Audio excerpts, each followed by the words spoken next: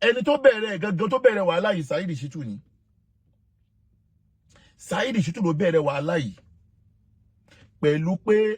kó máa lé àwọn àáfàá wa síta. mo kí yín ẹ̀yin olólùfẹ́ Ọpẹ́ Fanta ẹ wò ẹ wá nǹkan kẹ́ fìdílé ọ̀kan lọ́mọ sọ̀rọ̀ jáde nípa Alhaji Shittu tó lọ sọ́dọ̀ Mufti nípa ọ̀rọ̀ tí Mufti sọ nígbà yẹn ẹ wò ọ̀rọ̀ yìí ọ̀kan lọ́mọ sọ̀rọ̀ sí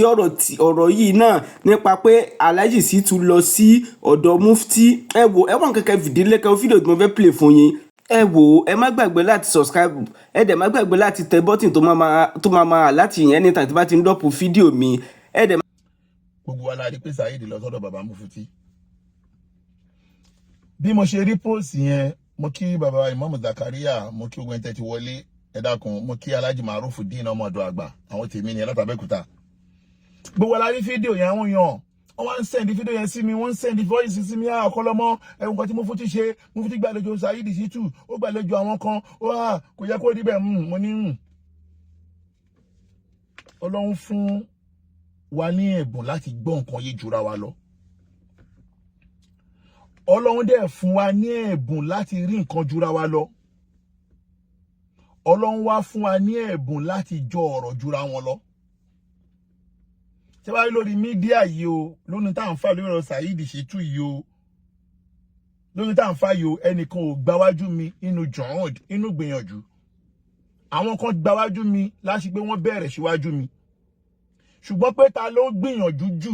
gbogbo ayé náà pàánù wọ pé ọ̀kan lọmọ innahu lisanul ulamai innahu anna lisanul ulamai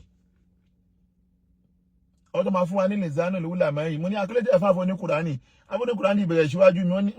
ìgbìyànjú tí ẹjú tàbí ní Kùránì lọ. Mo wá dúpẹ́ lọ́dọ̀ Ọlọ́run wípé Ọlọ́run ní kí ìgbìyànjú wa Ọlọ́run ní kó máa lami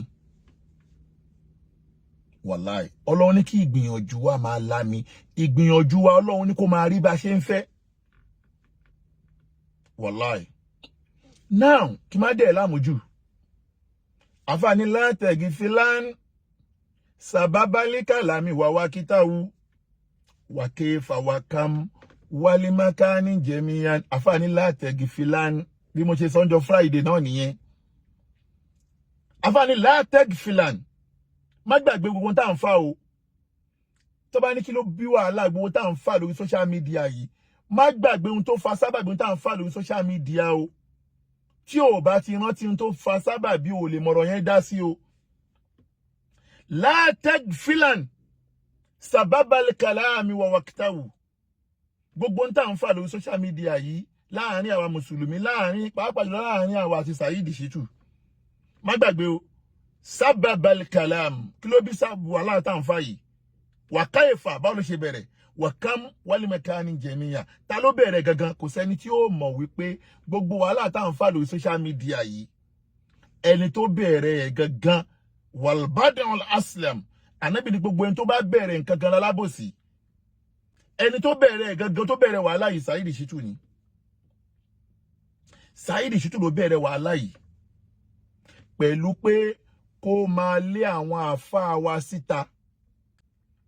kó máa fi wọ́n ta yín kó máa bú àwọn àáfàá wa kó máa fi wọ́n ta yín kó máa wá sọ ihun tí àwọn àáfàá wa ò jẹ́ kó máa wá fi òyìn wọn nítorí pé òun wá ọ̀nà láti rí viewers àti láti rí followers láti máa wá gbé àwọn àáfàá wa síta máa wá fi àwọn àáfàá wa ta yín ìyẹn ló gbé sábàbí tí àwa fi jáde pẹ̀lú ẹ̀ tí ẹ bá gbàgbé 2018 gẹ́gẹ́ bí nǹkan tí mo ti sọ rí tí mo ṣì wà lọ́ndà bàbá wa Sheikh Sulaiman Faruq al-Miskinu Billah Mufti al-Am fi Madinati Ilori tí mo wà lábẹ́ àwọn gbàna gẹ́gẹ́ bí Alefatul Am fún gbogbo Amerikiya wa Alefatu al-Amani ní Abẹ́òkúta tí Saheed Shittu bẹ̀rẹ̀ sí ní bú bàbá tó bẹ̀rẹ̀ sí ní bú Sheikh Faruq ńgbà náà ìhun tí mo kọ́kọ́ torí ẹ̀ pé Saheed Shittu láyé tí mo kọ́kọ́ torí ẹ̀ pé láyé nítorí ọ̀rọ̀ bàbá mufti ni. Alhamdulillah alhamdulillah alhamdulillah rabbil alamin.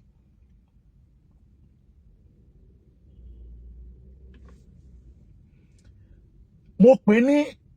2018 nígbà náà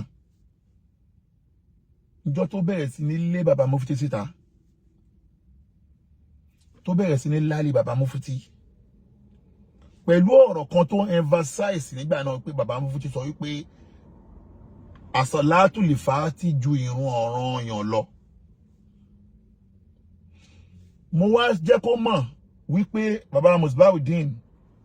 you are welcome. Mo wá jẹ́ kó mọ̀ wípé ó ṣì bàbá mufti gbọ́ ni o. Bàbá mufti ò lè sọ pé ìrun sọ̀látù lè fà á ti ju ìrun ọ̀ranyàn lọ. Ìhun tí bàbá mufti ń sọ torí mo wà ní wáàsí yẹn ẹ lọ kọ́ ti ẹ̀ ni ẹ wá gé ọ̀rọ̀ bàbá mufti sẹ́yìn. Ìhun tí bàbá mufti ń bá bọ̀ wọ́n ń ròyìn ànábì Muhammad bọ̀. Mo wà ní wáàsí yẹn níjọ́ náà ni bàbá mufti wá ń sọ̀rọ̀ ni bàbá mufti wá ń sọ̀rọ̀ nípa ìròyìn ànábì bí ànábì ṣe tó ipe ànábì Muhammad ó ju ìrun tá ń kí lọ torí pé òun ló lọ gba ìrun wá fún wa pé tá bá wá ń ṣe àsàlátù fún ànábì ẹni tá ń ṣe àsàlátù fún kò ń ṣe ẹgbẹ́ ìrun tá ń kí. Mo gbọ́ bàbá mufti yé dáadáa so that ọ̀rọ̀ yẹn ni mo wá sọ fún ó wá sọ pé irọ́ ìhun tóun gbọ́ yé ni pé wọ́n ní sọ̀látù lè fà á ti ju ìrun ọ̀ranyàn lọ wọ́n dẹ̀ gbọ́dọ̀ bọ́ta kí wọ́n kó jẹ kóhun tó bẹ̀rẹ̀ sí ní gbẹnukó lórí ẹ̀ mo ní mufti kọjá pé kó wá ní kán bọ́ta kán wá kó ọ̀rọ̀ tí wọ́n sọ jẹ ìwọ ló gbọ́ wọn yé. Mo wá pe bàbá mufti ńgbà náà gbà wọn ti di mufti o Sheikh Sulaiman Farouk Al-Miskinu Billah tó mo jẹ́ kan náà àléfà wọn. Ọlọ́run kó gbà mí láàyè ìhun tó gbé mi kúrò lọ́dọ̀ bàbá mufti èní lẹ máa gbọ́ ṣùgbọ́n mo padà dúpẹ́ lọ́dọ̀ Ọlọ́run pé iṣẹ́ tọ́ba tó ní mi fẹ́ rán mi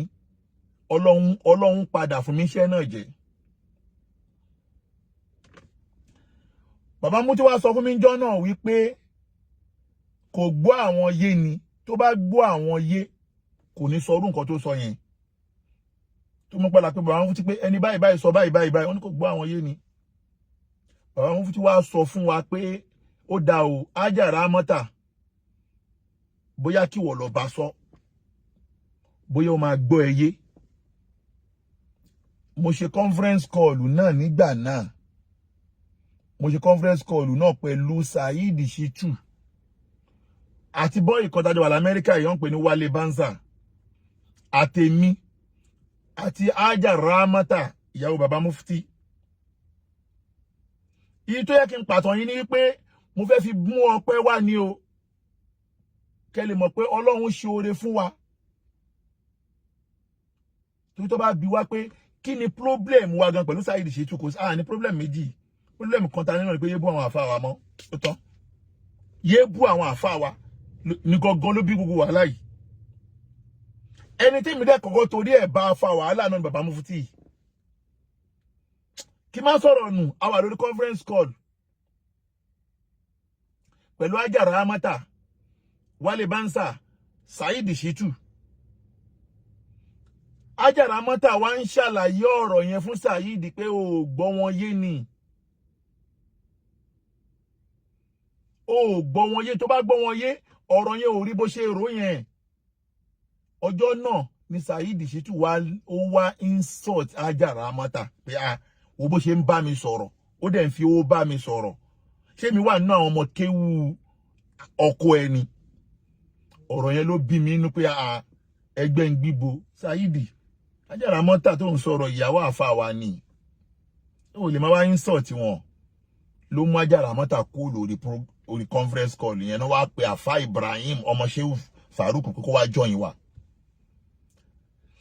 Kí wọ́n mo fẹ́ lò lórí ọ̀rọ̀ yìí ọ̀rọ̀ yẹn padà wá bí pé wàhálà ṣẹlẹ̀ tèmi àti Saheed tàbí ẹ̀ sí ní issue kó tó wá di pé mo padà wá jáde fún lórí ọ̀rọ̀ Alifulani for the first time. Ṣé wá nìkan tó wá fọ ọpẹ́ lẹ́nìí ni wípé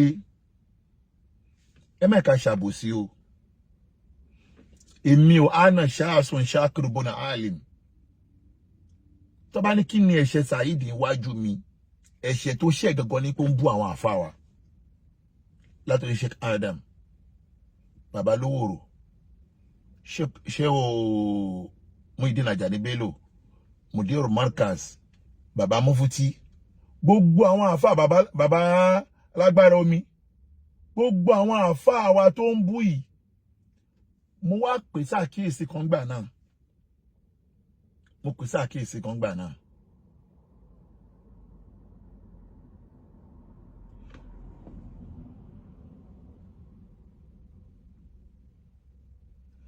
Mo wá pè sákíyèsí kan gbà náà. Mo ní ṣó ti rí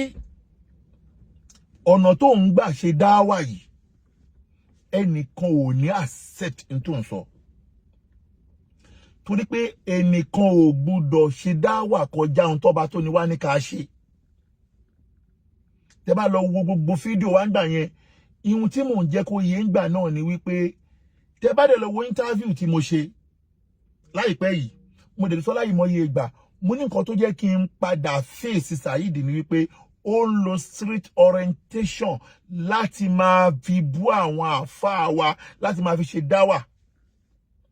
Tí mo dẹ̀ mọ̀ pé ọ̀nà tó ń gbà ṣe dáwà yìí kò sẹ́ni tó máa ṣe fún tó máa gbà lọ́wọ́ ẹ̀. Torí pé mánú àwa jẹ́ ká mọ̀ nínú Kùránì pé ila sabili rabbika bil hikma wal mau'izatil hasana. Tí o bá fẹ́ ṣe dáwà, ìdíwò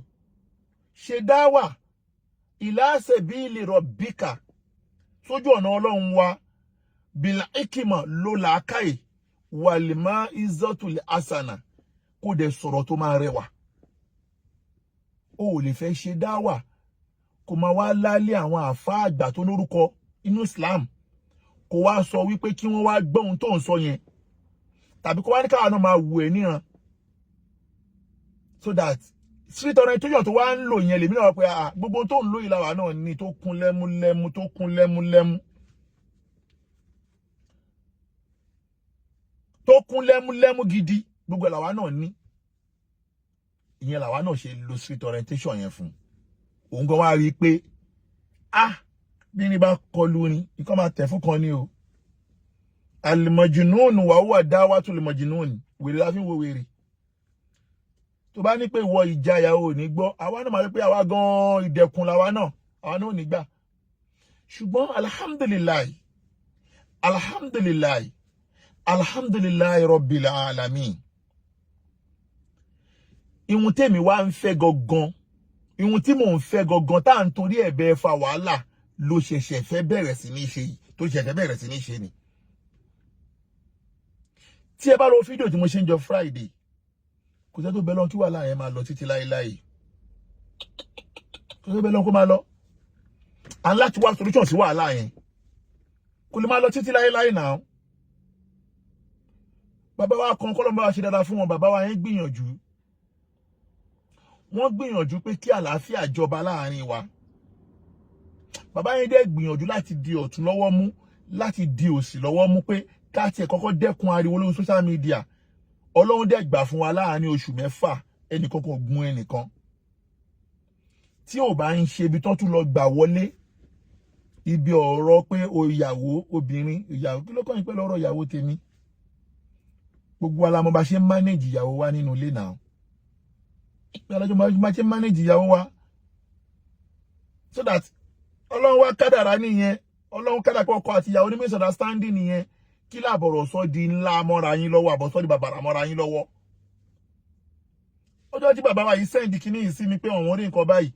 mo jẹ́ kí wọ́n mọ̀ pé wọ́n tún bá nǹkan mi bọ́ nìyẹn. Wọ́n tún bá nǹkan mi bọ́ nìyẹn bàbá.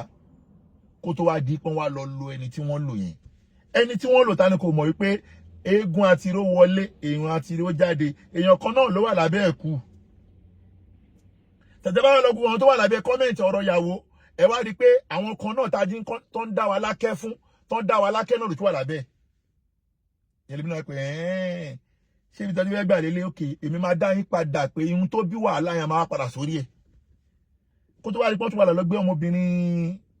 Ajákàólá yìí bọ́ta ẹ wá wò láàrin ọ̀sẹ̀ méjì tí kinní yẹn tún gbóná padà alhamdulilayi ihun tí mo wá fẹ́ kó ṣe gangan ló ṣe wá bẹ̀rẹ̀ sí ní ṣe yìí tálàfíà dẹ̀ máa jọba láìpẹ́ pẹ̀lú ògo lọ́dọ̀ Ọlọ́run tẹ́ bá lọ fídíò tí mo ṣe ń jọ Friday ẹ rí pé mo sọ ń bẹ̀ wípé ihun tó bí sábàbí àti gbé wá gbogbo bóyá sọ̀rọ̀ sáàfà wa ló dùn wá ṣùgbọ́n a lè máa ní pé ká máa jà lọ títí láéláé lèmi ṣe sọ fún bàbá wa yẹn pé ọ̀nà àbáyọ lórí gbogbo wàhálà yìí òun ni pé ẹ gbé lọ sínú ọgbà Mọ́ríkàs tẹ́ bá gbé nínú ọgbà Mọ́ríkàs ẹ kó lọ bẹ̀bẹ̀ wàláhì tàlà ìjà yìí máa tán bàbá wa yìí náà rò pé báwo làwọn náà ọ̀rọ̀ wà láàrin àwọn àti mùdírù ẹgbẹ́ ok ẹ jẹ́ ká kọ́ yanjú yẹn náà kẹ́yìn tiẹ̀ kọ́ náà fàní àti wọnú Mọ́ríkàs kẹ́yìn tiẹ̀ kọ́ náà fàní àti wọnú Mọ́ríkàs alhamdulilayi alibabu moftur ọ̀nà ti ṣí fún yín but nígbà tó wá lọ dìtẹ̀ olóbìnrin dé yẹn mo tún wá pè yín sáà kéésì pé bàbá tó ti ń bá nǹkan míì bọ́ o kó tó wá rí pé ọ̀rọ̀ Kàfílà Káólà náà padà jáde ó rẹpọ̀rọ̀ yẹn padà wà fọ́ yẹn gan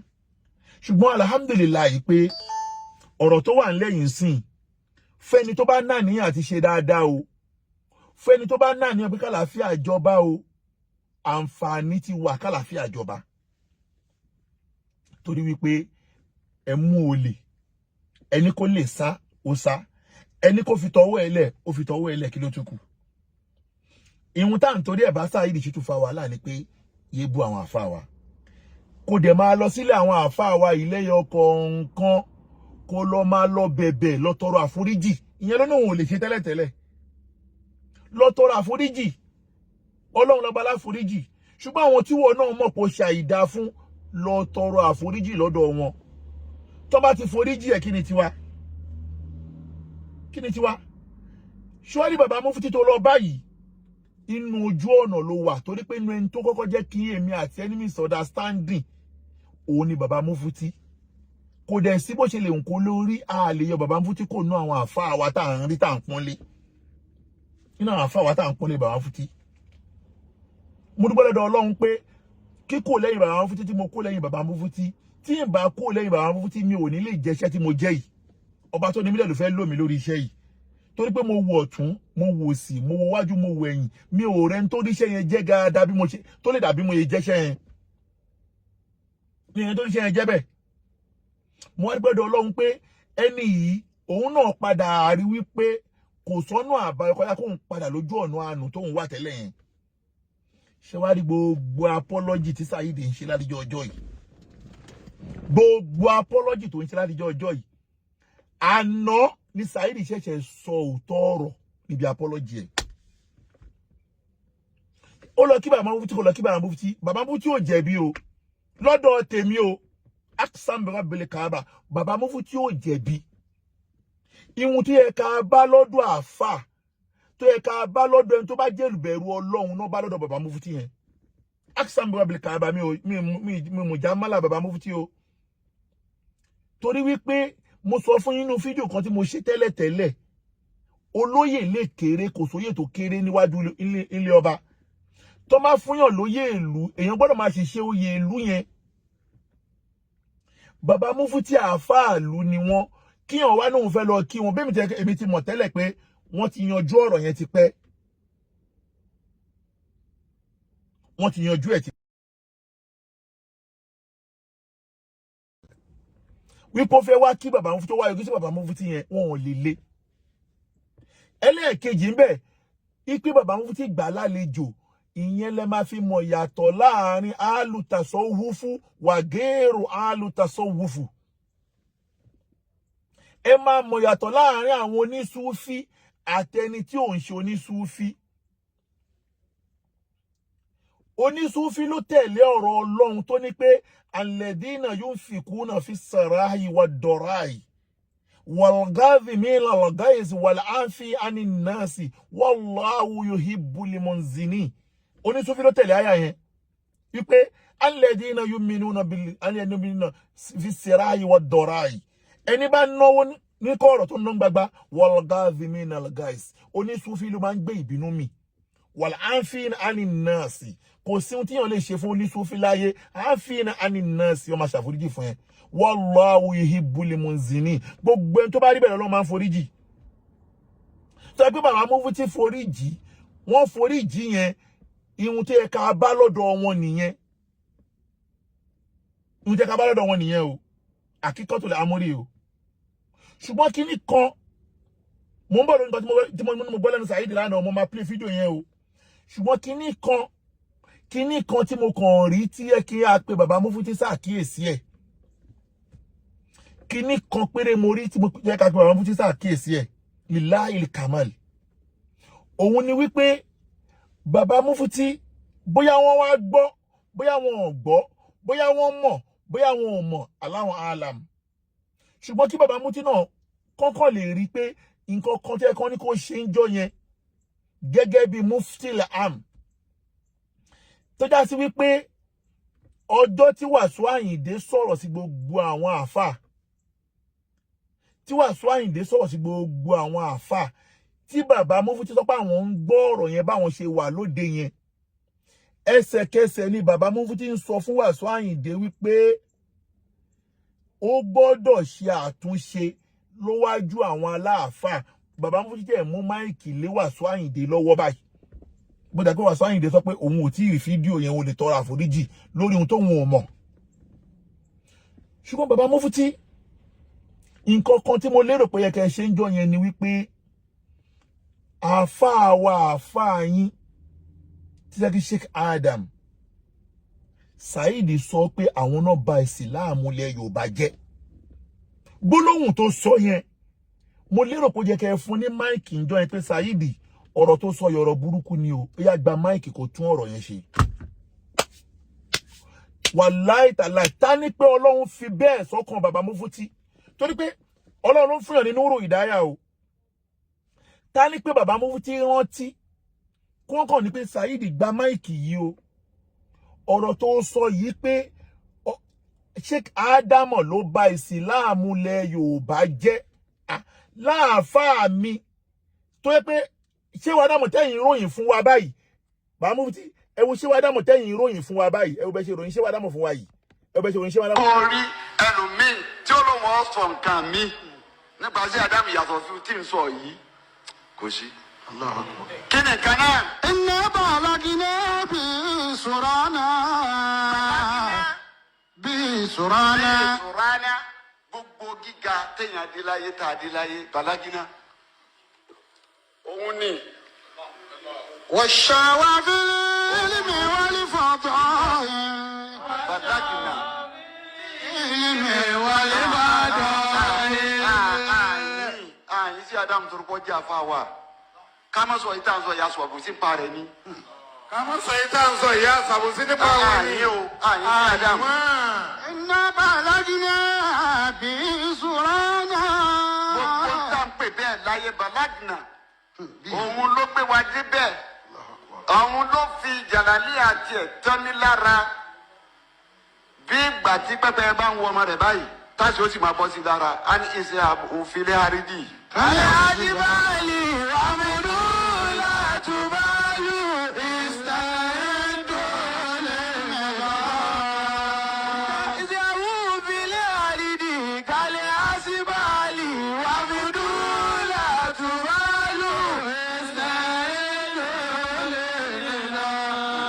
àlìmọ̀ náà sàrò máa lórí sáyẹ́dìrì àrìjálù.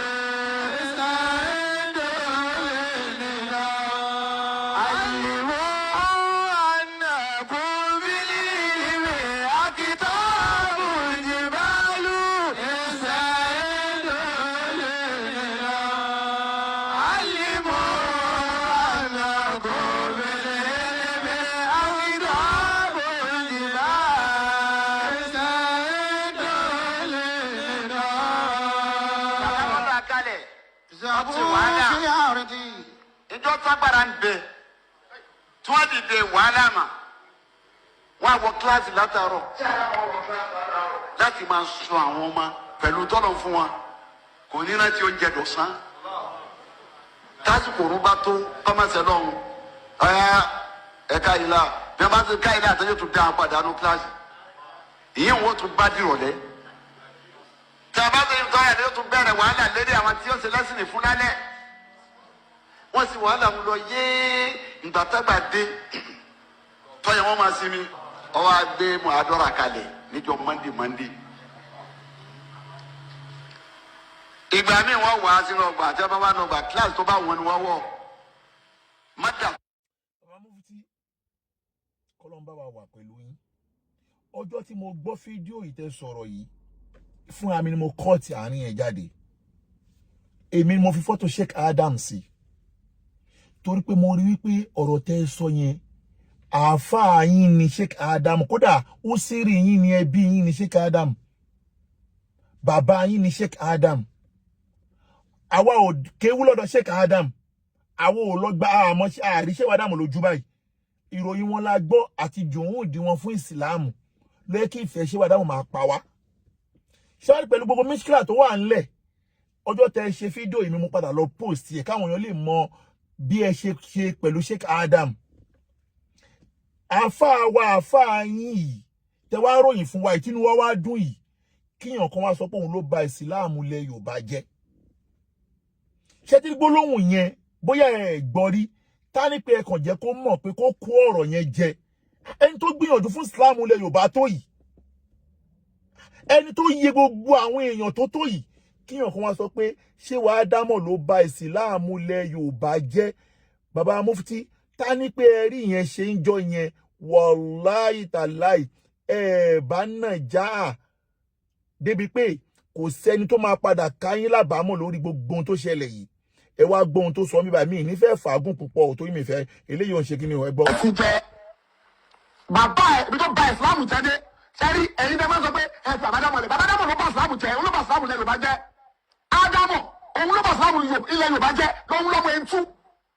ẹ sòdodo ẹ̀yin àfáàsùn náà ẹ lòdodo mọ́lẹ̀ bàbá jámọ̀ gangan ló bá ìsìlámù ilẹ̀ Yorùbá jẹ́ òun sọlẹ̀ ẹ̀yin kan gbọ́dọ̀ bá. mi ìfẹ́ kó gùn jù fídíò yẹn gùn jù bẹ́ẹ̀ lọ o ṣùgbọ́n gbọ́dọ̀ pé bí a mo wá play another game mo kọ̀ wé Bàbá Mufti wò ó pé gbólóhùn pé ṣé wàá dámọ̀ ló ba ìsìláàmù ilẹ̀ Yorùbá jẹ́ yẹn táníkà kan gbé máìkì fún báyìí pé Saidi iná lága fún rọrọ yín mo ti ṣàforíjì fún ẹ o ṣùgbọ́n gbólóhùn báyìí gẹ́gẹ́ bí ẹ ṣe sọ fún Wasiu Ayinde àwọn àfáà tí Wasiu Ayinde bú àwọn kan lọ́kọ yín kéwù wọn ò nípìn nínú oríire yín gbogbo àwọn àfáà tí Wasiu Ayinde bú tó ní pé wọ́n ganu kódà kò dárúkọ àfáà kankan but ẹni tó nípìn nínú oríire Bàbá Mufti ni Sheikh Adam tó nípìn kódà mo gbọ́ nínú Bàbá Mufti sọ fún mi wọ́n sọ nígbà táwa ní tamama pẹ̀lú Bàbá Mufti pé ọjọ́ tó kọ́ máa mú àwọn dẹ́kọ̀ ilé Sheikh Adam làwọn kọ́kọ́ gbé ṣé wàá dámọ̀ ló wá mú àwọn nílọrin bàbá yín ni Sheikh Adam so that gbólóhùn yẹn tání pé kàn ṣàtúnṣe lórí gbólóhùn yẹn wàláhì ìwọ̀n àlejò tẹ́gbẹ́ Saidi òbí èmi inú o mo dẹ̀ dúpẹ́ pé lára ohun tí mo fẹ́ kí Saidi ṣe náà ló ṣe yẹn torí pé ẹ wà nínú ẹni tí mo kọ́kọ́ torí ẹ̀ fèsì ẹ̀ tó bá wá kọ́kọ́ wá sí ọ̀dọ̀ yín ipò wa tọrọ àforíjì alhamdulillah inú àṣeyọrí mi ni tí kò bá ń ṣàwà tá a mú lọ́wọ́ tá a mú lẹ́sẹ̀ tá a dìmú lápá tá a dìmú lẹ́sẹ̀ bàbá kí ó gba góòdì bàbá ń Bàrígà gbogbo tá a dìmú lọ́wọ́ tá a dìmú lẹ́sẹ̀ pé àná òní bú àwọn bàbá yìí mọ́ Bàbá Mufti kò ní ṣe ohun tó wá ṣe yẹn ṣùgbọ́n ipò wá ṣe yẹn ó tó ìdùnnú fún wa pé alhamdulillah pé ẹnu tó tiẹ̀ fi ẹnu tí ìgbín ẹ̀ fi bú òòṣà ẹnu tó fi bú àwọn bàbá yìí náà ló lọ fi ń bẹ̀bẹ̀ yìí ó bẹ̀bẹ̀ ní kọ̀rọ̀ ó tún wá bẹ̀bẹ̀ ní gbangba alhamdulillah kafana wàláì kafana torí pé ń ta wà áfítà gbọ́dọ̀ lọ bẹ̀bẹ̀ ṣé wàá rí ó wá ṣe fídíò kan lánàá ṣé wàá rí fídíò tó ṣe lánàá yẹn fídíò tó ṣe lánàá yẹn ó wá sọ ọ̀rọ̀ kan níbẹ̀ gbogbo tó ti ń ṣe fídíò tó bá pọ̀ tí ń sọ ọ̀rọ̀ yìí tẹ́lẹ̀tẹ́lẹ̀ ó lè má le tó yìí torí wípé májẹ̀mú tauba inú tí ẹ kọ́ wa májẹ̀mú tauba ni anadamu kọ́bùlà tauba èèyàn gbọ́dọ̀ kọ́kọ́ kábàámọ̀ lórí ohun tó fẹ́ tọrọ àforíjì lórí ẹ̀ kó tó tọrọ àforíjì lórí ẹ̀. Ọlọ́run Saheed Shittu ti ń ṣe program tó ti ń bẹ̀bẹ̀ kò tí never accept rí pé ọ̀nà tóun gbà present ọ̀rọ̀ òun ó wrong kò ń gbà ihun tó máa ń sọ ni pé òun bú wọn ni òun sọ̀dọ̀dọ̀ fún wọn ni òun ṣe kí nìkan ni táwa dẹ̀ ń sọ fún ẹ pé ọ̀nà tóun gbà ṣe dá wà yìí kò ń ṣọ̀nà tọ́lọ́run àtànábì nífẹ̀ẹ́ sí ó wá padà wá sọ lórí ahọ́n ẹ̀ lánàá nígbà tí mo gbọ́ lórí ahọ́n ẹ̀ báyìí mo ní yes you are now talking ó ṣẹ̀ṣẹ̀ sọ ọ̀rọ̀ ni torí wípé ànánà tóun gbà ṣe dá wà yìí ṣọ́lọ́run àtànábì fọwọ́ sí pé ká máa bú ara ká máa ṣépè fáwọn àfà Ọlọ́run àtànábì ò fẹ́ náà ihun tóun ṣe yẹn lèmi náà tẹ̀lé ẹ pẹ̀lú ẹ̀ èmi wá kóra ní ìjánu mo kóra ní ìjánu tó pé gbogbo àwọn àfáà tẹ́fẹ́ tó pé mo bú lẹ́yìn èmi ò gbé fọ́tò ẹnìkan wọn síbẹ̀ ó wà defendable ní court of law but wọ́n máa gbé fọ́tò wọn síbẹ̀ báyìí wọ́n máa label wọn ọ̀rọ̀ tó ṣe wá sọ yìí ló ṣe ẹ̀ nítumọ̀ wá pé now you are now move closer to the forgiveness ẹ wá bí wọn tó sọ wọn bí báyìí ẹgbẹ́ wọn tó sọ wọn bí báyìí ẹgbọ́ bismillah. Sheikh wa Sulaiman Farouk mo dúpẹ́ lọ́wọ́ wọn kí ni ìdí ọpẹ́ mi náà òun ni pé iṣẹ́ tọ́lọ́run bá gbé fún wa ká ṣe láti kọ̀ bàjẹ́ pé eléyìí dá eléyìí ò dá eléyìí ò dá eléyìí ló dá ǹjọ́ la èébú lọ. ẹ gbọ́ ẹ máa gbọ́ dáadáa o iṣẹ́ tọ́lọ́run rán wa ní tó bá fẹ́ jíṣẹ́ Ọlọ́run tó bá mọ̀ kó fẹ́ jíṣẹ́ Ọlọ́run ṣó la èébú lọ ṣó la èpè lọ ṣó la èébú lọ ṣó la èpè lọ ihun tá à ń bẹ́ẹ̀ fà látijọ́ ọjọ́ ìlú ṣe realize ló fà pé àyà kan tí ò kì í fẹ́ gbọ́ níbẹ̀rẹ̀ ọjọ́ àyà tí ò kì í fẹ́ gbọ́ bí pé kọ́lọ́run yọ kúrò ní Kùránì àyà ló padà wá ṣẹlẹ̀ yìí pé ìdíwò ilá ṣe bí lè rọ bíkà bílà ìkìmọ̀ wàlìmá ìzọ́tulẹ̀ azana.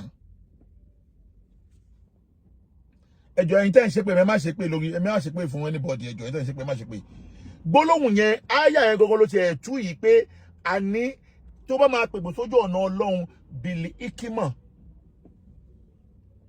ẹ máa gbọ́ lọ bismillah ìyẹn tuntun sẹ́yìn díẹ̀. Sheikh wa Sulaiman Farouk mo dúpẹ́ lọ́wọ́ wọn kí ni ìdí ọpẹ́ mi náà òun ni pé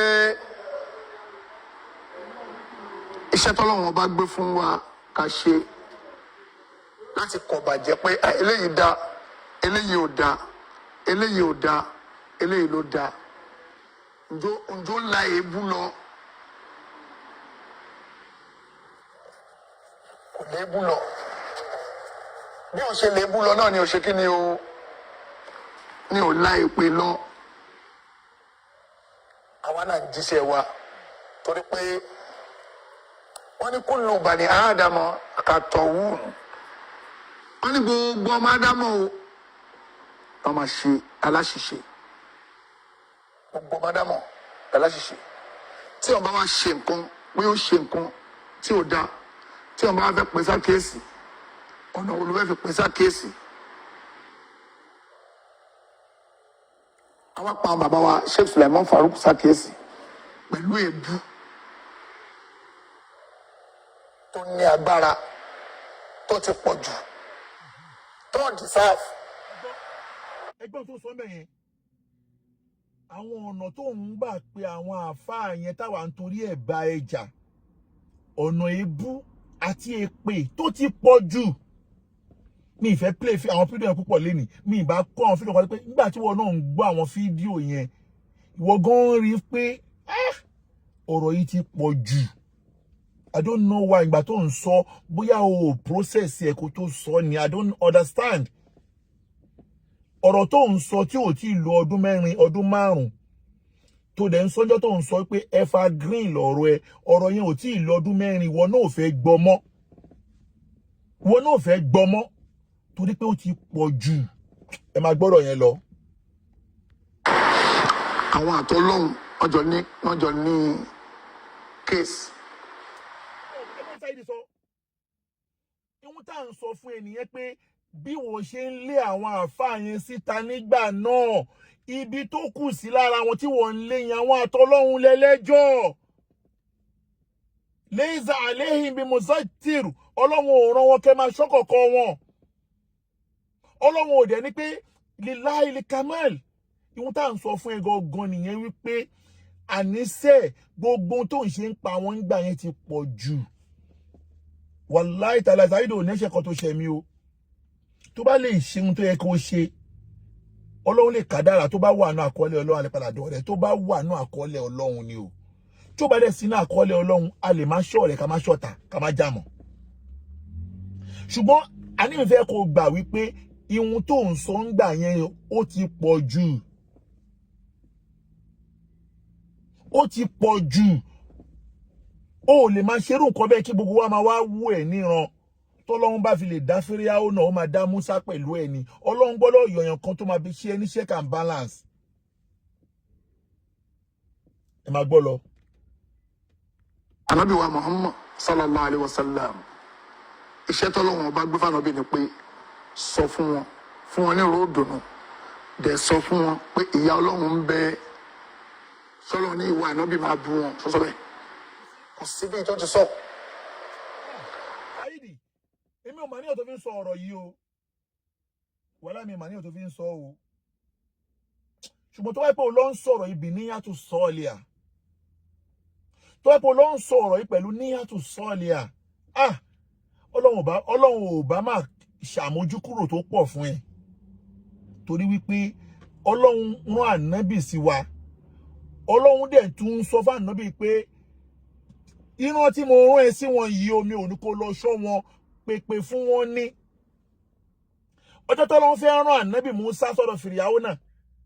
jẹ́ pé Fìrìáwó náà ló tọ́ Mùsá nígbà tọ́lọ́run fẹ́ rán ànábì Mùsá tó bá débẹ̀ wà kọ́ọ́lù làwọn kọ́ọ́lá ńlá yìí mọ̀ ọ̀rọ̀ tútù ni ó bá sọ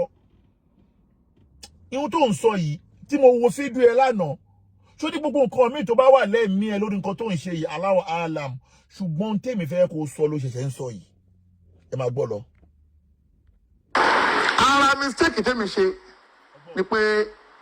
ìmáa pọ̀ wọ́n ṣàkíyèsí tí bá ń pa àwọn èèyàn ṣàkíyèsí kò yẹ kí n bú wọn but bàbá wa Sheikh Sulaiman Farouk kò sí ọjọ́ kan rí táwọn náà wá sọ pé Saheed Shittu ó sọ nǹkan báyìí kọ́ wa máa fún mi lésì àbọ̀ bú mi ọ̀ṣẹ́ yìí.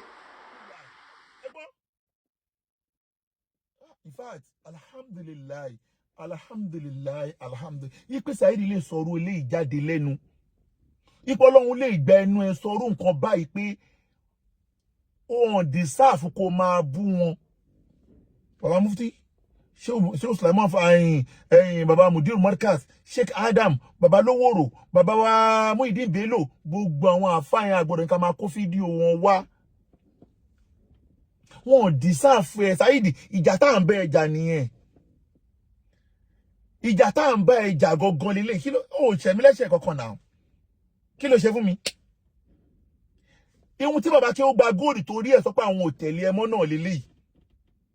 ihun tí bàbá bàbá Bàrígà sọ pé àwọn ò ní gbà náà lélẹ̀ ipe àní ò lè máa lálẹ́ àwọn àǹfà wa báyìí ká máa wá wú ẹ níran gbogbo akọ́lá máa wú ẹ níran ẹ máa gbọ́ lọ. kò síbi tó ti ṣe tó jọrú ẹ̀ débi pé mo sọ àwọn ọ̀rọ̀ bú wọn wọn dẹ̀ torí ẹ̀ sọ̀rọ̀ kan báyìí kan fi fún mi lésì àníṣe ọ̀tọ̀ la kéèsì ọ̀tọ̀ lè bú àwọn èébú tí mo bú wọn. Olúwa ò ṣe a ò pé ó máa ṣe o èyí tó kù là ń tọrọ Olúwa egbọ́n kan tí Saheed sọ ọ̀tọ̀ la kíyèsí ọ̀tọ̀ lè bú bí mi náà ṣe wà mo pe Sheikh Farouk ní kí tìpá sáà kíyèsí dáadáa náà mo pe Shehu Sulaiman Farouk sí àkíyèsí tó pọ̀. Ibo mo ti bú wọn rí. Ẹ lọ mú fídíò tí mo ti bú Shehu Farouk wá, mi ò bú wọn rí. Mo pè wọ́n sí àkíyèsí ni, àkíyèsí ò ní ìdí èébú. Ó fẹ́ kíyàn sí àkíyèsí ò ní kó bú. Ẹ wo àkíyèsí mo pè wọ́n sí lórí ọ̀rọ̀ pé ó jẹ́ kán fẹ́ máìkì náà sìn. Ẹni tó bá nílà káì máníkà ó bú Shehu Farouk, èébú kọ́ nìyẹn, àkíyèsí nìyẹn. Nígbà tí mo ṣe fídíò Wasiu Ayinde tí mo pe Shehu Farouk ní kíjípa sáwọn àkíyèsí kan, àwọn kan wá send fídíò yẹn sí àwọn kan tó súnmọ́ mi pé wo ọ̀kọ̀lọ́mọ ń bú Shehu Farouk ní kíjípa. Wọ́n wá pè mí, wọ́n náà ọ̀kọ̀lọ́mọ ń gbọ́ òun bú Shehu Farouk, mo ní mi ò bú wọn o. Wọ́n ní pé ó bú wọn, mo ní ṣe ń send fídíò yẹn sí mo dẹ̀ send ẹ̀ sí wọn. Wọ́n ní kò sí èébú ní ọ̀rọ̀ yìí náà. Àkíyèsí kò nídìí èébú. Saidi, ihun tó bíjà gọ́gọ́ ló ṣẹ̀ṣẹ̀ fẹ́ bẹ̀rẹ̀ sí ní ṣàtúnṣe yìí. Ẹ máa gbọ́ lọ.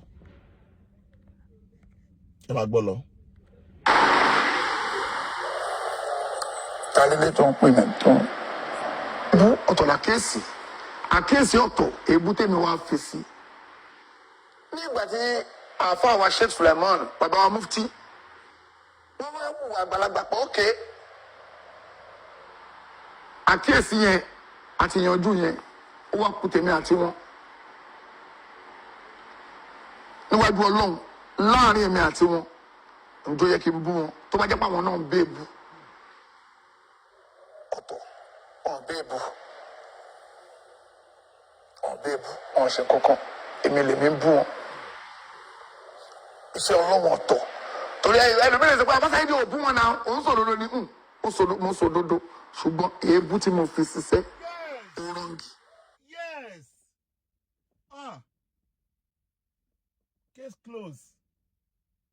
Case close. Òun sọ òdodo lọ́dọ̀ àwọn tí wọ́n nífẹ̀ẹ́. Ṣùgbọ́n èébú tó fi sí yẹn wrong. Ẹ máa tún gbọ́, ó ní ó wrong 100%. Ẹ gbọ́ mi, ẹ túmọ̀ ẹ gbọ́ o, èébú yẹn wrong 100%. Ẹ gbọ́. Àkíyèsí yẹn àti ìyànjú yẹn ó wá kù tèmi àti wọn. Níwájú Ọlọ́run láàrin èmi àti wọn, ǹjọ́ yẹ kí n bú wọn tó bá jẹ́ pé àwọn náà ń bèébú. Ọ̀tọ̀ wọn bèébú wọn ṣe kankan, èmi lèmi ń bú wọn. Iṣẹ́ Ọlọ́run ọ̀tọ̀. Torí ẹlòmíràn sọ pé Abasa Ayinde ò bú wọn náà, òun sòdodo ni mo sòdodo, ṣùgbọ́n èébú tí mo fi ṣiṣẹ́ ó rọ́ǹgì 100% ó rọ́ǹgì. Nígbà tó wá rọ́ǹgì. Ṣẹ́gbọ́n, èébú yẹn làwa torí ẹ̀ bẹ ẹja Saidi. Èébú àti deformation yẹn làwa torí ẹ̀ ní pé ó yá nìṣó ń lé ẹjọ́. So that ìwọ náà mọ̀ pé ó rọ́ǹgì. Àwọn tó ń tún ẹ pé òun sóòótọ́ ọ̀rọ̀ ni àwọn ní aláburú tí wọn náà ò lè ṣe ohun tó ń ṣe yẹn. Àwọn láláburú. Dákun, ẹ̀ṣẹ̀ olóṣè mi, ẹ̀ṣẹ̀ olóṣè bàbá Bariga, ẹ̀ṣẹ̀ olóṣè bàbá tí ó gba góòdì tó láwọn mẹ́ta tàbá ń di ọ̀rọ̀ ẹnìyẹn tí gbogbo ayé dẹ̀ support wà lé lórí àwọn mẹ́ta yẹn ni. A lè jàǹbá àwọn àfáà tá à ń torí ẹ̀ ṣe ìwọ̀n ọ̀ràn wá ṣẹ́ lóòótọ́, ṣùgbọ́n a lè jàǹbá wọn. Láti sọ fún ẹ ni mo ṣe sọ ní prógámù tí mo ṣe ń jọ Friday pé ọ̀nà tó lè gbà tọ́lọ́run lè fi yanjú gbogbo iná máa lọ lé àwọn àfáà yìí, ilé àwọn tó wá lè lọ tó lè gba ẹjọ́ lọ́wọ́ wa. Ọ̀dọ̀ bàbá Mufti tó lọ, inú wa dùn sí o, wàláhì inú wa dùn sí o. Àfáà bàbá Mufti o, ṣùgbọ́n bàbá Mufti ò ní kéèsì pẹ̀lú ẹ̀ nílé ẹjọ́ o. Má gbàgbé o, bàbá Mufti ò ní kéèsì kankan pẹ̀lú ẹ nílé ẹjọ́. Bàbá Mufti kẹ̀kẹ̀rẹ̀ wọ́n tóbi inú ayé o. Shehu Farouk tóbi o, ṣùgbọ́n wọn ò lè pa wá láṣẹ pé ká lọ gbẹ́jọ́ kó kóòtù. Bàbá Mufti tóbi, wọ́n tóbi gan, ṣùgbọ́n wọn ò lè pa wá láṣẹ pé ká lọ gbé ẹjọ́ kúrò ní kóòtù. Ṣùgbọ́n wọ́n lè ṣe oore kan fún ẹ. Oore tó lè ṣe fún ẹ ni wípé wọ́n lè mú ẹ dọ́dọ̀ ọba Ìlọrin. Kí ọba Ìlọrin dẹ̀ pa ẹ́ láṣẹ wípé àwọn ọ̀rọ̀ báyìí tó sọ o nípa àáfàá olóyè ọba tó lu jìbìtì ní Kútọ́nù kò jẹ́ ká mọrú olóyè ọba náà tó lu jìbìtì ní Kútọ́nù. Àbí ọ̀rọ̀ tó sọ ń pa ẹlẹ́ẹ̀kejì kékeré wọ́n lè ti atọ́nù ẹ̀ náà àwọn tó dẹ̀ dìgbẹ́ dọ̀dọ̀ Mudiru Markaz àti fún wọn ní kóòdì wọn àti fún wọn ní kóòdì. Torí pé bàbá Bàrígà ò lè dalẹ̀ ọba Àlọrin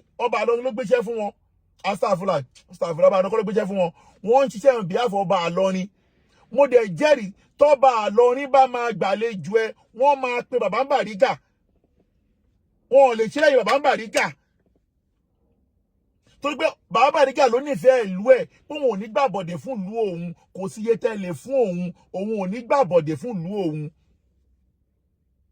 Gbogbo àwọn tó kù tán gbàbọ̀dẹ̀ fún ìlú wọn báwọn ṣe rí láyé wọn náà ṣe júwe yẹn.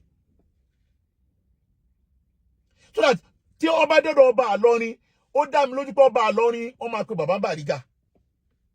So that tá bá dẹ̀ máa yanjú ọ̀rọ̀ yìí a máa jọ jókòó àlàáfíà ipe tá bá gbà láti gbẹ́jọ́ yìí kò ní kóòtù o ẹ̀yin náà gbọ́dọ̀ tọwọ́ bọ̀ wí àlàáfíà pé lẹ́yìn gbígbẹ́jọ́ yìí kò ń kóòtù o kò ní pẹ́ tó máa padà wá gbẹ̀yìn wá bá wa. Tàbí kó mọ bó ṣe máa dọ́dọ̀ Mudiru Markaz. Gbogbo kéèsì táwa ń ṣe yìí ń sìn pàápàá jọ gbogbo kéèsì Akéwùgbà Gold náwó lé lórí wọn ò torí ẹ̀ náwó lórí ẹ̀ ju pé torí Mudiru Markaz ni. Torí Mudiru Markaz ni. So that tí ó bá dẹ̀ máa dọ́dọ̀ Mudiru Markaz ó dá wa lórí pé Mudiru Markaz wọ́n máa pe bàbá Akéwùgbà Gold náà. So that bàbá Akéwùgbà Gold náà kékeré wọ́n ti sọ náà ọ̀rọ̀ tí wọ́n sọ tẹ́lẹ̀ pé wàláì ìbẹ̀rẹ̀ Ramadan tẹ́lẹ̀ fẹ́ràn ìdá gbogbo ẹ̀ kéèsì yẹn. Kó tó pé wàhálà ti Kaula náà lọ bẹ̀rẹ̀ ń sìn.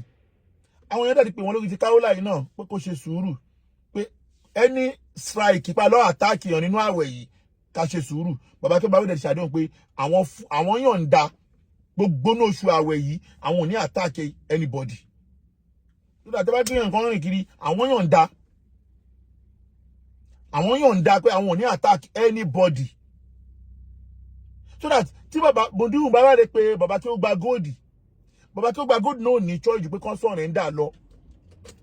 But bàbá Akéwùgbà Gold náà kékeré wọn ò ní surrender wọn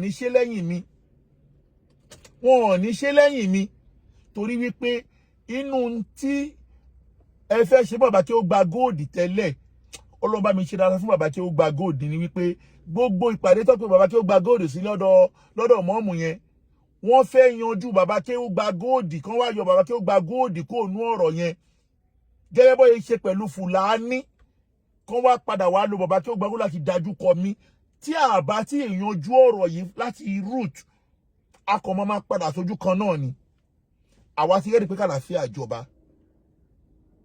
àti rẹ́dì Ọlọ́run dẹ̀ lè lo bàbá Mufti náà láti paná gbogbo ọ̀rọ̀ yìí tó pé wọ́n wà nípò kan lè parí ẹ̀ ṣùgbọ́n ẹ jẹ́ ká ṣe bó ṣe tọ́ kó lè rí bó jẹ́ kó rí wàláhì tàláhì anybody ò rẹ́rí àti anybody lẹ́wọ̀n mọ̀ afẹ́ kàlàáfíà jọba ṣùgbọ́n kàlàáfíà bá máa jọba gbogbo agbọ́dọ̀ tọwọ́ bọ̀ wí àlàáfíà báyìí wípé ókè o ti lọ bí àwọn àfáà wa lẹ́yìn ìgbà tí wọ́n lọ bí àwọn àfáà wa ni o tó ti gbà pé ókè lọ gbẹ́jọ́ kó ń kóòtù kí gbogbo ẹ̀ lè wà ká lè jọ wà ní àlàáfíà a máa wá jọ tọwọ́ bọ̀ wí àlàáfíà ká tó gbẹ́jọ́ kó ní kóòtù pé ókè o àwọn máa gbẹ́jọ́ kó ń kóòtù ẹ̀yin náà gbogbo ẹjọ́ tẹ ní kóòtù ẹ lọ gbé kó ń kóòtù síbí lẹ́yìn bàbá dáadáa ìfẹ́ ṣe fún wa tẹ́lẹ̀tẹ́lẹ̀ but Ọlọ́run ò kó fún wa ní àṣeyọrí iṣẹ́ ẹni bá máa parí ìjà kì í bínú tí bàbá yìí bá wá rí wa pé àṣejù yìí ti pọ̀ jù àtọ̀tún àtòsí yín mi ìdásọ̀rọ̀ yín mọ́ khairul a'mali awatimuhu ẹni tí ẹtọ́ lọ́n fi wá nàbì ẹni tó bá máa jẹ́wu iṣẹ́ bẹ́ẹ̀ gbọ́dọ̀ ní sùúrù tẹ́ bá máa gbà lọ́tún tẹ́ bá gbà lọ́sì ẹ kọ́kọ́ ṣe ohun tí ẹ kẹ́ ẹ ṣe torí pé tí wọ́n bá gbọ́ pé àwa ti lọ withdraw kéèsì o ajàmbá gbogbo mùsùlùmí ayé ni adẹ̀jàmbá àmọ́nà Mudiru ajàmbá àmọ́nà ọba Àlọrin ṣùgbọ́n tẹ́ bá gbọ́dọ̀ wọn yẹn tẹ́ bá àwọn lè lọ bá táwọn bá wá sọ fún wa pé ẹ̀yin ọmọdé yìí o ó dá o ó ti wá bẹ̀bẹ̀ o ẹ̀yin ń da gbogbo kéèsì o àwa ní bàbá àgbà a lè kọ̀rọ̀ sí lẹ́nu àwọn kéèsì báyìí táwọn náà ní lọ́wọ́ kọ́ yọ̀ǹda ẹ̀ káwájọ tọwọ́ bọ̀wé pé lẹ́yìn tá ti yọ̀ǹda kéèsì yẹn o ẹnikẹ́ni ò gbọ́dọ̀ tó lọ attack anybody mọ́ ẹnikẹ́ni ò gbọ́dọ̀ tún lọ gbé anybody mọ́, àlàáfíà máa jọba. Ṣùgbọ́n àwọn ò lè da tọwọ́ wálẹ̀ nsìn, táwa da tọwọ́ wálẹ̀ tán kó wá dẹ̀yìn bí oṣù mẹ́fà ẹ̀yìn ọdún kan kó tún wá padà wá bá wa. Àwa náà ò ní gọ́ọ̀dé bẹ́ level yẹn. A ní gọ́ọ̀dé level yẹn. A ní gọ́ọ̀dé bẹ́ẹ̀ o. Ṣùgbọ́n kálàáfíà lè jọba kí gbogbo ọjọ́ tọwọ́ bẹ̀ wí àlàáfíà.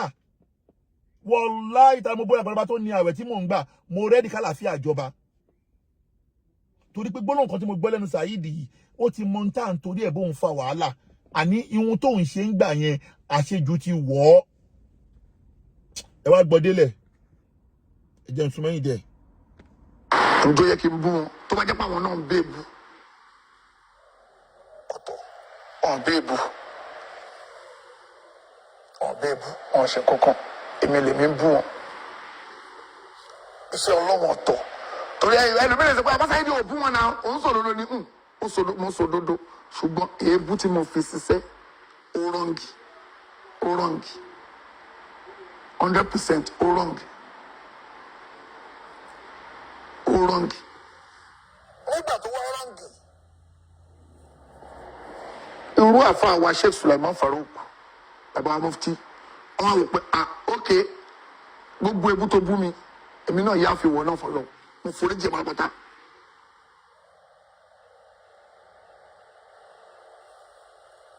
a wá lọ sọ́dọ̀ wọn ní àná tí mi ò dágbére fún wọn pé mò ń bọ̀ tó dẹ̀ mọ̀ pé mò ń bọ̀. Now, ó padà bẹ bàbá Mudiru ńbẹ náà. Ṣùgbọ́n Saheed Ṣèdọ́ Saheed Shittu ihun tí mo fẹ́ kó ṣe ló ṣẹ̀ṣẹ̀ ń ṣe yìí. Ṣó ti rí wá ogbó ọ̀nà bó ṣe máa lọ yanjú ààrẹ pẹ̀lú Mudiru Markaz. Kódà Sheikh Farouk gan mo mọ àṣọkò tá ni wọ́n rí fídíò tí mo play yìí tẹ́lẹ̀ tá ni wọ́n rí wọ́n gbọ́dọ̀ correct ẹ pé kò ṣe correction yẹn bẹ̀ torí gbọ́dọ̀ rí fóòkì ọ̀rọ̀ pé ṣé wàá dámọ̀ ló bá Islam ilẹ̀ Yorùbá jẹ́ gbọ́dọ̀ rí fóòkì ẹ̀ ṣé wàá dámọ̀ gbìyànjú ó dẹ̀ gbọ́dọ̀ ṣe lórí àwọn o irú ilé tó sọ mí báyìí pé inú ẹ̀mí ẹ ò gbà o gbọ́dọ̀ sọ lórí àwọn o ipe o gbà nínú ẹ̀mí irú ilé tó sọ yìí o òun dànù o gbọ́dọ̀ sọ lórí àwọn o ipe o gbà nínú ẹ̀mí ẹ o gbọ́dọ̀ rí fóòkì pé ṣé wàá dámọ̀ kì í ṣe ẹni tó gbọ́dọ̀ ṣe nǹkan bẹ́ẹ̀ yẹn fún un.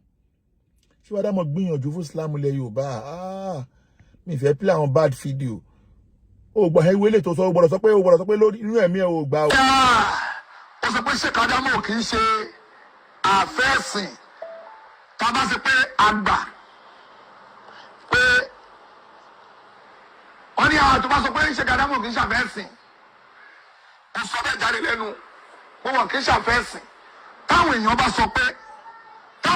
sọ pé kí n sọ pé kí n gbà pàfẹ́sìn ni wọ́n ó lè sọ pé kí n gbà bẹ́ẹ̀ mo lè sọ pé mo gbà lórí àwọn mi nínú ẹ̀mí mi ò gbà tó tọ́ ẹ gbẹ́ o èmi ò gbà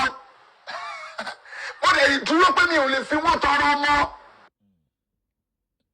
Saheed ṣó ti rí ọ̀rọ̀ tó sọ yìí kọ́kọ́ lọ túbá láàrin ìwà àtọlọ́hun ipe ṣé wàá dámọ̀ kì í ṣe àfẹ́sìn ilẹ̀ Yorùbá táwọn tẹ̀tà ló wá kù láàfẹ́sìn ta ló kù láàfẹ́sìn àní àáfàá tí wọ́n gbà fún Sheikh Imran Eleha wọ́n ròyìn Sheikh Adamu fún wa lọ́nà tẹ́nìkan ò sọrú ẹ̀rì ní dáadáa lọ́nà tẹ́nìkan ò sọrú ẹ̀rì ní dáadáa pẹ̀lú Sheikh Adamu ibo ni wọ́n wá ti rí tiẹ̀ tó wá ń ṣe ohun tó tó ìfún Sheikh Adamu ṣó ti rí gbogbo táwọn à ń bẹ ìjàlè lórí nìyẹn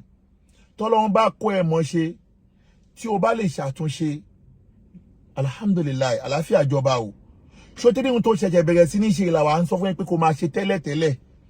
àná àwọn àáfàá wa jẹ́ àjọ máa pọ́n wọn lé àwa náà máa pọ́n àwọn tiẹ̀ náà lè ó gbọ́ ni kò máa sí ohun tó dùn tẹ ká tìjọ pọ́n wọn lé lọ o kò sí ohun tó dùn tó ká sì jọ pọ́n wọn lé lọ àwọn àáfàá wa alálù báríkà kò máa sí ohun tó dùn tó ká sì jọ pọ́n bàndírì dà ní kò máa sí ohun tó dùn tó ká sì jọ pọ́n wọn lé lọ o kò máa sí ohun tó dùn tó ká sì jọ pọ́n wọn lé lọ àwọn àáfàá wa alálù báríkà kò má sí ohun tó dùn tó ká sì jọ pọ́n Saidi ihun tí ìfẹ́ ká ẹ jẹ́ àjọ máa pọ́n àwọn àfáà wa lé ẹ jẹ́ ká stop ká máa yẹ̀yẹ́ àwọn àfáà wa lórí social media yíyẹ tá ń yẹ ìyá àwọn àfáà lórí social media ni kò yẹ káwọn àfáà wa níyì lọ́dọ̀ àwọn ẹlẹ́bọ mọ́ ihun tí mo sọ bẹ́ẹ̀ gbẹ̀rẹ̀ tí mo sọ ń gbà yẹn náà lélẹ́yìí pé ihun tí yíyẹ tá ń yẹ àwọn àfáà wa làwọn ẹlẹ́bọ náà ṣe ń yẹ ìyá àwọn àfáà wa tá a bá ń pọ́n àwọn àfáà wa lé wọn ò ní bú wọn kò má sí ihun tó dùn tó ká sì jọ pọ́n wọn lé lọ o kò má sí ihun tó dì tó kò má sí ihun tó dùn tó ká sì jọ pọ́n ó dùn pé mi ò nóhùn orin ṣùgbọ́n mi mo rọ orin yẹn fún ara mi Ọlọ́run fún mi lébùn pé mo lè rọ orin ṣùgbọ́n mi ò nóhùn torí pé wà máa lámúná wíṣí ránà àmọ́ yàmbàgìlà wílá díkiri wálé kòrè áàní ni mo bínú Ọlọ́run ò fún orin rán ànábì kò sínú ẹ̀bùn mi kí n mọ orin kan ṣùgbọ́n Ọlọ́run fún mi bí mo yẹ máa ń compose èmi mo compose ẹ̀ pé kò máa sí ihun tó dùn tó ká sì jọ pọ́n wọn lé lọ o ẹni tẹ́ bá nóhùn ẹ bá mi tún kọ ẹni kò sí ihun tó dùn tó ká sì jọ pọ́n wọn lé lọ àwọn àfáà wa alálù báríkà kò sí ihun tó dùn tó ká sì jọ pọ́n wọn lé lọ Saidi tó bá ti ń pọ́n àwọn àfáà wa lé kí ló fẹ́ ṣe fún wa lẹ́ṣẹ̀ yìí tó bá kù ìwọ àtọlọ́hun lẹ́lẹ́jọ́ àwa máa fi ẹ́lẹ̀ lórí ìdájọ́ ayé a máa wá fi ìwọ àtọlọ́hun lẹ̀ lórí ìdájọ́ tọ̀run tẹ́nìkan ò lè bá yẹ dá sí pẹ̀lú Ọlọ́hun ṣùgbọ́n lórí ìdájọ́ ayé yìí tó bá ti ṣe gbogbo ohun tó yẹ kó ṣe kàdẹjọ́ tọwọ́ bọ̀ ìwé àlàáfíà wàláhì lẹ́yìn ìwé àlàáfíà tèmi Alimi Adio Kowore bá tún wá bá ẹ tí bá tún wá bá ẹ lórí ọ̀rọ̀ yẹn call me bastard èmi ò wá bá ẹ mọ́ lórí ọ̀rọ̀ yẹn ṣòye àdèkàdè stop dirty game torí gbogbo orú géèmù tó ń ṣẹlẹ̀ kọjá yìí láàrin ọ̀rọ̀ Ajakuri tẹ lọ dá sí tẹ wá lọ ń pòsì ẹ stop ẹ mọ̀ pé géèmù yẹn yé mi jù yín lọ géèmù yẹn yé mi jù yín lọ ó yé mi gan wàhálà géèmù yẹn yé mi jù yín lọ gbogbo pé ẹ lọ ń gbé fídíò Ajakuri ẹ lọ ń gbé sọ́dọ̀ àwọn péèjì yín ṣe nífẹ̀ẹ́ ni ẹ nífẹ̀ẹ́ fẹ́ bá tiẹ̀ jẹ́ ni náà ẹ nífẹ̀ẹ́ Aníyìkáyé gbogbo ẹ̀yin tẹ́ ti sọ̀rọ̀ síwájú mi gbogbo yín mo kí jù ọ̀run dùn yín nínú àwọn afá tó gbìyànjú láyé Aníyìkáyé wà wàláhì Aníyìkáyé gbìyànjú ó ṣáájú wa bẹ̀rẹ̀ ọjọ́ tá Aníyìkáyé bẹ̀rẹ̀ àwọn ò tí ì gbójú jáde à ń fún support lábẹ́nú ni gbogbo yín la kí ẹ kú gbìyànjú a kú àṣeyọrí Atakuwa ẹ kú gbìyànjú Afọ́níkùránì ẹ kú gbìyànjú Yẹsì Alúnọ́kà ẹ kú gbìyànjú Sheikh Jakmod ẹ kú gbìyànjú gbogbo yín tẹ́ sọ̀rọ̀ Asaada ẹ kú gbìyànjú Aru ẹ kú gbìyànjú gbogbo wa tájọ sọ̀rọ̀ a kú gbìyànjú a kú àṣeyọrí ihun tá à ń fẹ́ ni pé àníkájọ máa pọ́n àwọn àfáà wa lé pé kò máa sí ihun tó dùn tó ká sì jọ pọ́n wọn lé lọ o kò máa sí ihun tó dùn tó ká sì jọ pọ́n wọn lé lọ àwọn àfáà wa alálù báríkà kò máa sí ihun tó dùn tó ká sì jọ pọ́n wọn lé ẹnu táwọn àfẹ́ nìyẹn Saidi anúbóyé pọ́n àwọn àfáà wa lé tó bóyé pọ́n ṣéwù Faruku lé yẹn tó ń pọ́n bàbá lówó òròlé tó ń pọ́n ṣéwù àfáà ńlá lé wà láìdùnnú wa ní torí kúta àfẹ́ kò máa ṣe nìyẹn kí ni géènì wa kò máa bú àwọn àfáà wa tó wá lóyìnbó tó bá ti wá ń pọ́n wọn lé máa dùn wá ìdùnnú wa ni kò pọ́n wọn lé àwa náà máa bẹ́ẹ̀ pọ́n àwọn àfáà ilé inú mi dùn pé mo gbọ́ ọ̀rọ̀ kan lẹ́nu àfáà Murani Eleha wọ́n ní pé mi ò dẹ̀ fi parọ́ inú àfáà tí mo nífẹ̀ẹ́ sí jù tẹ́lẹ̀ làfáà Murani Eleha náà nítorí ti ẹni gbogbo wàhálà ìṣẹ̀ṣẹ̀lẹ̀ nítorí ti ẹni mo máa ń gbọ́rọ̀ wọn gan mo láìkí wọn ṣùgbọ́n gbà tó dé náà gbogbo ẹ̀ dàrú àwọn gan mọ̀ pé wọ́n ló dá gbogbo ẹ̀rú ṣùgbọ́n tí tọ́lọ́run bá ti kó sí ẹ nínú tó pé ní kó tọ́lọ́run bá kó sí ẹ nínú tó pé tó dodo ní o tí òun ṣe tẹ̀ tán o lọ ṣe ohun tí ẹ kó ṣe Saidi wàláhì tàlà kódà mo búra pẹ̀lú ọba tó ní ẹ̀mí mi mo búra pẹ̀lú ọba tó ní ẹ̀mí mi tí o bá fẹ́ lọ Mọ́ríkàs tí o bá ní ìrànlọ́wọ́ mi pè mí tí anybody bá mú ẹ lẹ́ǹbẹ̀ kọ́ lọ́ máa gba gbogbo àwẹ̀ tí mo gbà tí anybody bá mú ẹ lẹ́ǹbẹ̀ kọ́ lọ́ máa gba gbogbo àwẹ̀ tí mo gbà anybody ò ní mú ẹ lẹ̀ lọ bẹ bàbá wa Mudiru Mọ́ríkàs afá ẹni wọ́n náà ohun tó sọ sí wọ́n yẹn ti pọ̀ jù Saidi kò sọ ọmọ Mọ́ríkàs tó gbọ́ ọ̀rọ̀ yìí kò sí ọmọ Mọ́ríkàs tó gbọ́ ọ̀rọ̀ yìí tínú ẹ̀ máa dùn tí o sọ sí Mudiru Mọ́ríkàs yìí kò sí ọmọ Mọ́ríkàs tó máa gbọ́ tínú ẹ̀ máa dùn gbọ́. tó bá ti kóbo ara ò gbé it èmi máa pariwo alimarikasa ó wà ní apariwo òní lọ relegation òní ní kóma ó tó bẹ́ẹ̀ tó bá ti. no mi fẹ́ kí fídíò yẹn pọ̀ jù Saheed ọ̀rọ̀ yẹn ti pọ̀ jù ó ti pọ̀ jù ẹni tó lọ ń dánwò pẹ̀lú ààrẹ tó ní ológa pampers fún Saheed ó ti pọ̀ jù jẹ́ ká jọ wọ́ lọ́hun lálàforíjì Islam wa ò fẹ́ ohun tá à ń ṣe yìí mo ti sọ fún ẹ tipẹ́tipẹ́ ṣùgbọ́n ohun tó gbé wá ohun tó mọ̀ jẹ làwa náà fún ẹ jẹ ká máa ṣe pé ó ti pọ̀ jù ẹ stop ẹ tábàdé kan fọ́rọ̀ yìí yanjú gbogbo géèmù pánkí géèmù yẹn ẹ stop géèmù yẹn ò yẹ yín tó mi like I said gbogbo ẹ lọ ń gbé fídíò Ajakudi ẹ lọ gbé sáwọn péèjì kan yẹn géèmù yẹn sọ ẹ nífẹ̀ẹ́ Ajakudi ìhun tẹ́fẹ́ kó ṣẹlẹ̀ sí ló ti ṣẹlẹ̀ sí yìí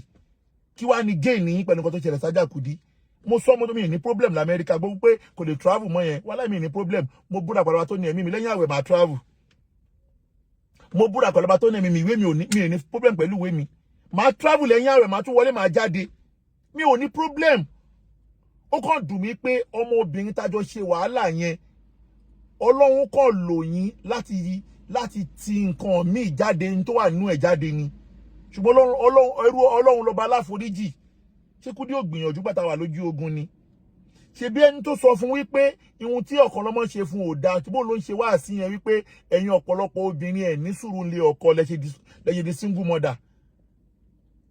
ṣé bóun ló padà ṣe wá pé ẹ̀ ní sùúrù di single mother kí ni géè ní pé Kúdí náà wá di single mother ṣé mi lè di single father ni èmi ò lè di single father lè di single father mi gbọ́dọ̀ sọ lórí social media ní gbogbo tọ́lọ́run tún ṣe ìyẹ̀bíyàn kan pè mí tí mo tún gbé fóònù fún tó tún bá jẹ̀mí làtún sọ̀gírà tún wà á bukọ́ra tó tún bá sọ̀rọ̀ lórí aago tó ń wà ńlẹ̀ gan tó ń pọ̀ gan tó ń bẹ lọ́run pé ainol bible moftu kọ́nà sí káwọn wọ but ẹ nífẹ̀ẹ́ stop gbogbo tẹ ló ń gbé fídíò Kúdí yẹn because tẹ bá continue géèmù yẹn ẹni tó wà láyé tẹ́ ń gbé fídíò ẹ̀ tó fídíò ọkọ lẹ̀ ẹni tó lọ sọ́run náà a gbé fídíò ẹ̀ a máa gbé tòun náà kàkàkí òun náà máa dá yín lóhùn but ẹ kàlàfíà jọba ẹ fi ilé onílé lẹ̀ gbogbo gbìyànjú yín sì ń tẹ́lẹ̀ gbé jáde ìhun tẹ́fẹ́ kó ṣẹlẹ̀ mo ti lọ sáàfù ẹ̀ ní divorce already mo dẹ̀ tún fáìlì deformation of character kó bá mi lórúkọ jẹ́ tó gbogbo fídíò tẹ rí yẹn tẹ emphasize lórí yẹn mi ò fọwọ́ kàn mi ò ná nígbà tí mi ò mú gbó ó ṣe máa nà yẹn l'Amẹ́ríkà ló máa fi ní stroke mi ní problem l'Amẹ́ríkà so that ẹ jẹ́ ká stop gbogbo àwọn dirty game yẹn tẹ bá fẹ́ kàlàfíà jọba ẹ stop gbogbo dirty game yẹn èyí tí mo sọ yóò kò dẹ́rù bà wá o àwa kígbín adúró tán ni o ṣùgbọ́n torí kàlàfíà lè jọba ẹ jẹ́ ká stop ẹ̀ ṣe wá rí ní parí baba mufti Sheikh Sulaiman Farouk Al-Miskin Bilahi mo sọ̀rọ̀ kan níbẹ̀rẹ̀ ọba tó fẹ́ lò mí fún iṣẹ́ ìlú ní kí n padà nígbà tí mo wà pẹ̀lú yín torí tí n bá padà ní mo lè má rí iṣẹ́ yìí jẹ ṣùgbọ́n mo rántí náà ọ̀rọ̀ tẹ́ sọ fún mi níjọ́ tí ọ̀rọ̀ fẹ́ ṣe bí ọ̀rọ̀ tó dẹ̀ lómi ò mọ tó gbé mi kó dọ̀dọ̀ Sheikh Farouk ní kíjípa ọ̀rọ̀ tó ṣe bí ọ̀rọ̀ náà ni ó padà wá jáde yìí ẹni tí mo mú dá Amẹ́ríkà tó nóun ò ṣe mọ́ tó nóun fẹ́ lọ bàbá mú ti pè jókòó kí ló ṣe bẹ́ẹ̀ tó fẹ́ filẹ̀ ó ní ó ṣe kíní kan ní bàbá mú ti tó bá lọ òlè rọ́nà lọ o ọ̀rọ̀ náà padà ṣẹ nígbà tí mi náà padà pé bàbá mú ti mo ti ríyàwó ẹni tí mo fẹ́ lélẹ̀ bàbá mú ti sọ ẹni tó fẹ́ fẹ́hun sọ ọmọ síwájú àwọn tó wà ń bẹ ní pé èèyàn báyìí ni mo ní bàbá mú ti bóyá Ọlọ́run ni bàbá mú ti pé mi ò náwó sí o mi ìfọwọ́ sí o àìfọwọ́ sí yẹn náà ẹ dákun ẹ tó mú padà ṣẹlẹ̀ ṣùgbọ́n mo padà dúpẹ́ lọ́dọ̀ Ọlọ́run pé gbogbo tọ́lọ́run bá dé wá báyàn inna lillahi wa inna ilayhi raji'un yẹn kan ò lè ṣe mí so that ìyẹn ló bí sábàbí tí mo fi withdraw fún ara mi wípé èmi ò mi ìṣàléfà Sheikh Farouk mọ́ mo fi filẹ̀ èmi mo sọ resign pé mi ò ṣe mọ́ ṣùgbọ́n resign tí mo resign iṣẹ́ tọ́lọ́run fẹ́ rán mi yìí gangan lọ́lọ́run torí ẹ̀ ní kí n resign mo ti wá resign yẹn mo ti jẹ́ tọ́lọ́run rán mi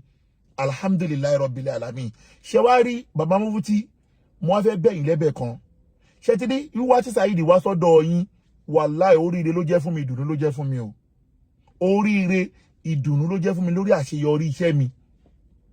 Ṣùgbọ́n bàbá Mufti, ọ̀rọ̀ kan ni mo gbọ́ lẹ́nu níjọ́ tá à ń tẹ̀lé yín. Ẹ̀yin lẹ́yìn ká mọ̀ pé ìyàtọ̀ ń bẹ láàárín ètò àti ọ̀tẹ̀. Ọ̀tẹ̀ ni ètò ní kẹ́ ṣe o bàbá Mufti. Àwọn tó ń mú wá ọlọ́tẹ̀ ni wọ́n o. Ṣùgbọ́n ẹ ṣètò bálàfíà ṣe máa jọba. Bàbá Mufti, ẹ má bá wọn tẹ̀lé ọlọ́tẹ̀. Mi ní sọ jù bẹ́ẹ̀ yẹn lọ. Salamu alaikum wa rahmatulahi wa barakatuh. Kò máa sí ohun tó dùn tó ká sì jọ pọ́n wọn lé lọ o. Kò máa sí ohun tó dùn tó ká